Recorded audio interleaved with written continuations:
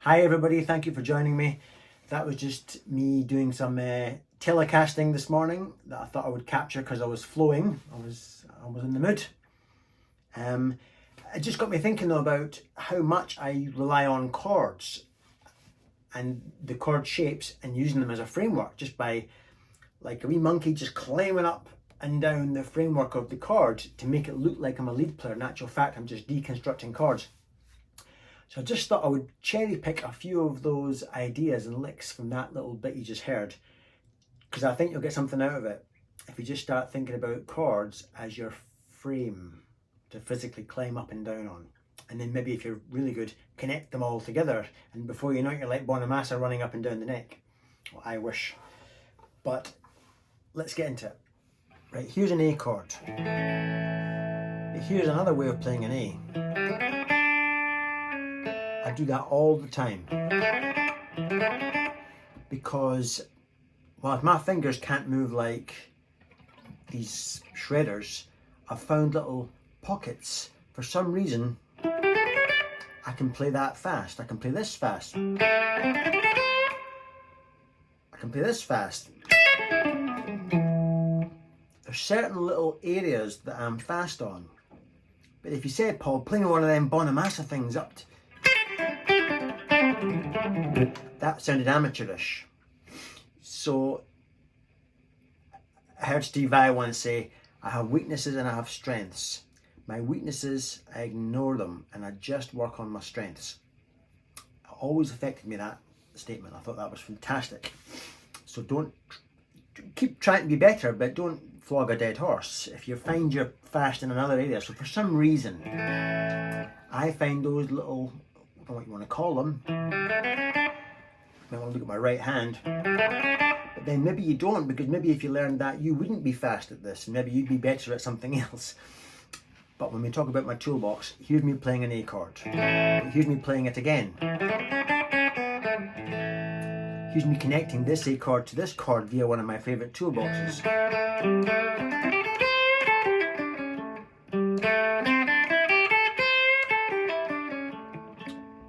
Here's me playing an A chord. Here's me playing another A chord.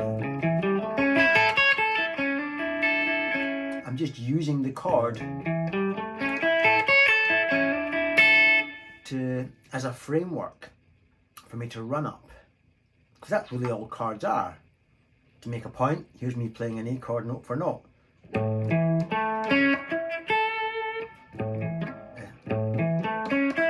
we don't play it like that, that would be stupid. But you can, you know what chefs do, they take a cheesecake but then they deconstruct it and bring you back something that they can charge you twice the price for, because it's got the same ingredients as a cheesecake, but it looks nothing like a cheesecake. So that's really all I'm doing. I'm just deconstructing chords.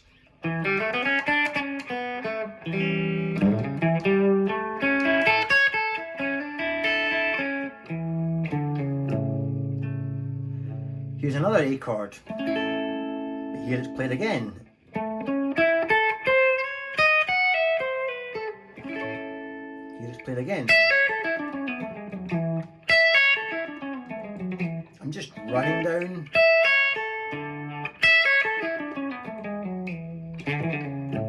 And when you run down far enough, you stumble on, oh, I've arrived at the next version. For example, if I keep going running down this, I'll arrive at that version soon enough, surely.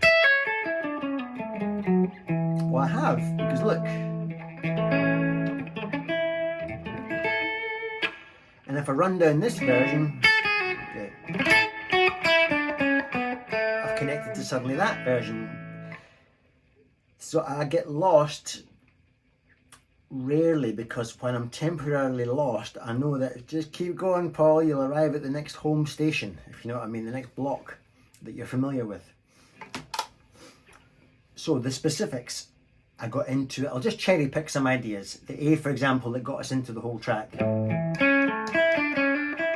Laughably simple, I'm just playing A, if you think about it. Just putting the notes in the wrong order. So now I'm in that position. That's just how that sound to me reminds me of Tobias Hoffman. And that was my cheeky way of getting to the D chord, which would be the 4 chord. Then I wanted to get this sound. It diminished, I went and raised that thin note up a semitone, then up to the 5 chord, which would be E. I went country all of a sudden. And then while that E note was ringing out, I stole a lick, almost note for note. I would have stole it note for note if I was good enough off Tobias. Something like this.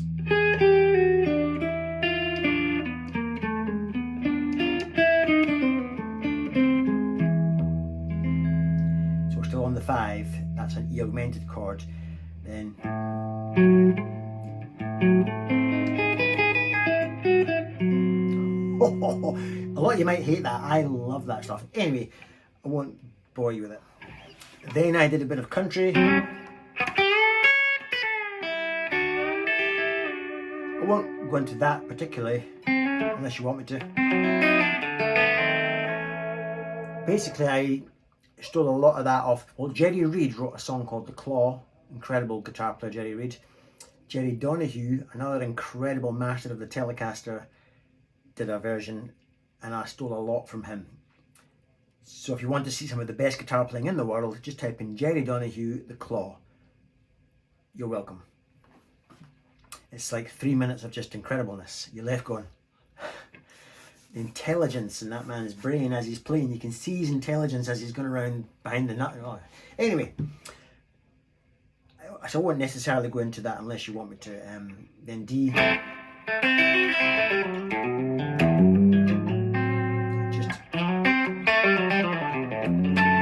now here we go on to the bit I was talking about, the using chords as a framework. I'm going to go back to A, but listen to how I do it.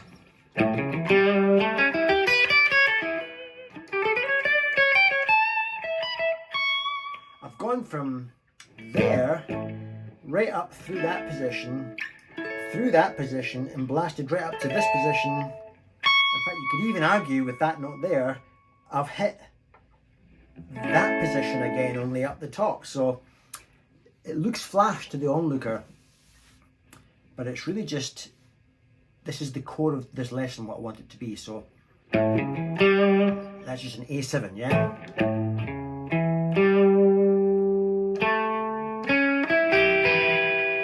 Now don't think of that as an E minor particularly, I just think of it as notes kind of in the blues scale, albeit that little note there, that 2 note isn't usually in the blues scale, but that's A7, still A7 or A, visiting that sort of E minor sound, but it's not really, I don't think of it like that, I'm just a cute way of getting me back to that. And whenever you've got these chordy type stuff, they add speed. I mean, that sounds fast, but I'm not, I'm just cheating. Then I'm in this position, this wee lick I told you about at the start that I can do fast. It's quite cheeky. So just A, we suspended fourth, A7.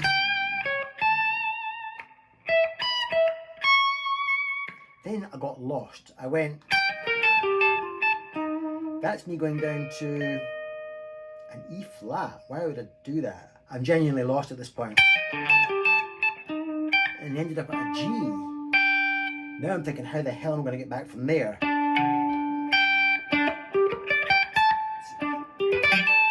That's me just cheating again.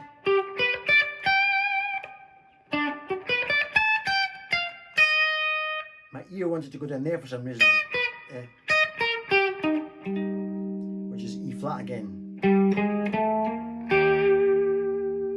Now I'm thinking, shit, how am I going to get out of this? And I think I just bottled it and went,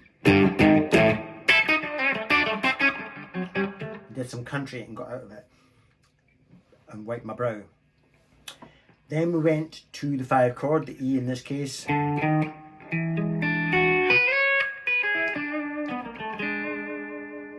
Again.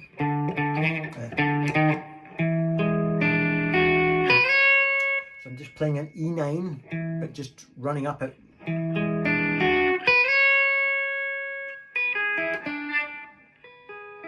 that's an E chord. Now I'm making it an E7. I'll get my right hand.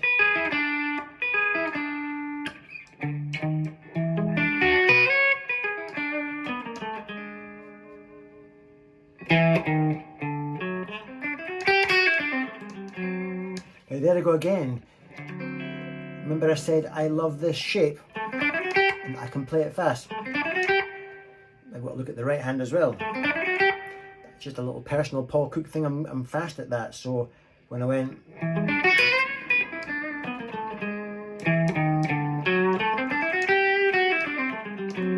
knew I was going to get that in, or I knew I was in safe ground there. I thought, oh, I can show off here because I'm in my safe part of the guitar neck. And then, what did I do then?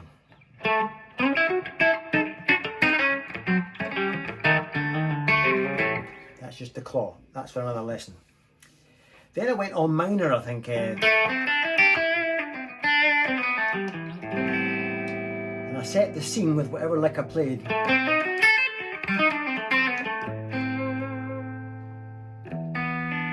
then I set up a chord sequence. So I've gone from A minor to E7. To a diminished, back to an A minor again, turned the A minor into an A7, just playing the chord with an added tension note, just an A7 with an added tension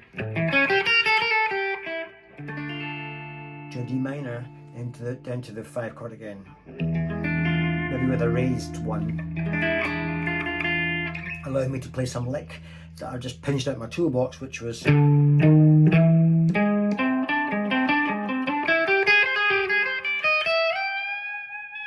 play it slow if you're interested in that particular lick.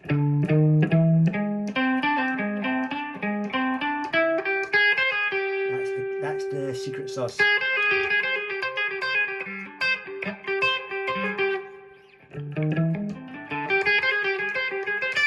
I've lost it now. See when you try and play things. Oh.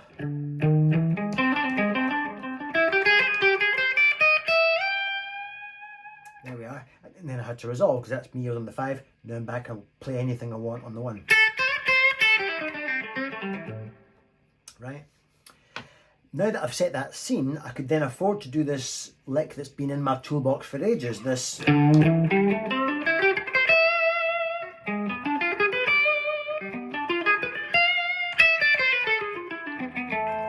Just echoing the chord sequence. So all that is, if you're interested, you know, Joe Bonamassa talks about blocks. So he'll say, play the blues scale like this. Play it like this. Play it like this. Play it like this. Play it like this. And so that's how Joe Bonamassa can go all over the place because he's working in these blocks.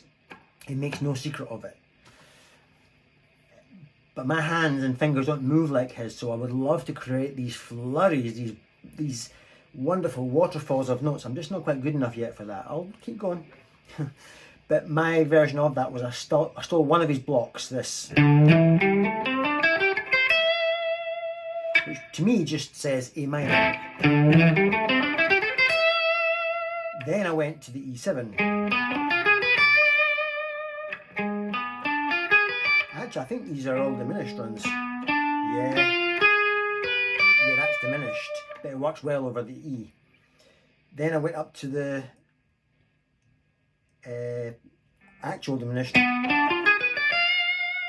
Same lick, just a bit higher. Then I resolved back to the A minor. Turned it into an A7. Turned the A minor into an A7. Then to keep that A7, I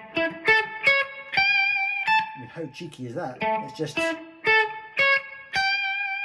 blatant playing the chords. Then a D minor. Then an E7, the 5 chord. I love that little tension note.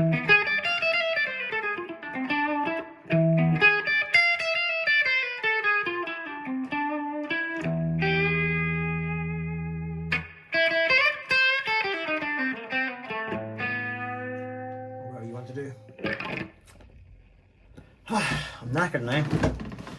Looking very well. I've had what I thought was toothache, and I think it's maybe an ear infection, so I'm currently on some spray in my ear for that. This is how I looked the other day. The picture you're seeing now on screen is a man who's trying not to take any painkillers.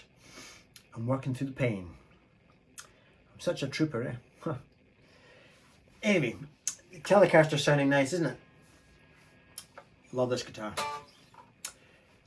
Anyway, thank you very much for watching. I'll hopefully be in better health next time I see you. And happy noodling and all that. And I'll see you on the next video. As always, I really appreciate you watching. Bye for now. Have nice weekends, everybody. Bye bye.